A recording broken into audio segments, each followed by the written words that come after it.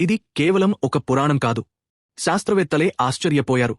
ఇది భారతలోని ధనుష్కోటి నుండి శ్రీలంకలోని మన్నార్ వరకు విస్తరించి ఉంది. 9 నుండి 12వ శతాబ్దంలలో అరబ్ భౌగోళిక శాస్త్రవేత్తలు శ్రీలంకకు వెళ్లటానికి దీనిని ఉపయోగించేవారు. అప్పుడు రామసేతుని ఆథమ్స్ పీక్ అని ప్రస్తావించడం ప్రారంభించారు. 1747లో డచ్ కార్టోగ్రాఫర్ నీల్స్ విట్సన్ రూపొందించిన మ్యాప్లో అరబ్ వాళ్ల పదానికి అనుకూలంగా సూచిస్తూ ఆడమ్స్ బ్రిడ్జ్ అనే పేరును ఉపయోగించారు.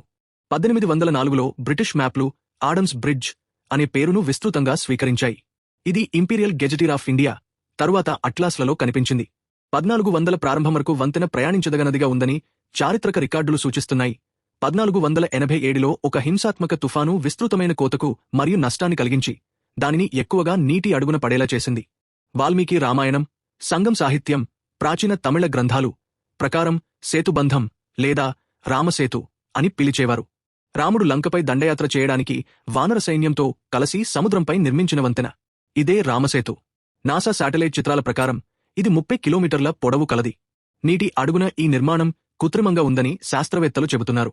వయసు కనీసం 7,000 సంవత్సరాలు అని చెబుతున్నారు. కొంతమంది ఇది సహజ నిర్మాణం అంటారు.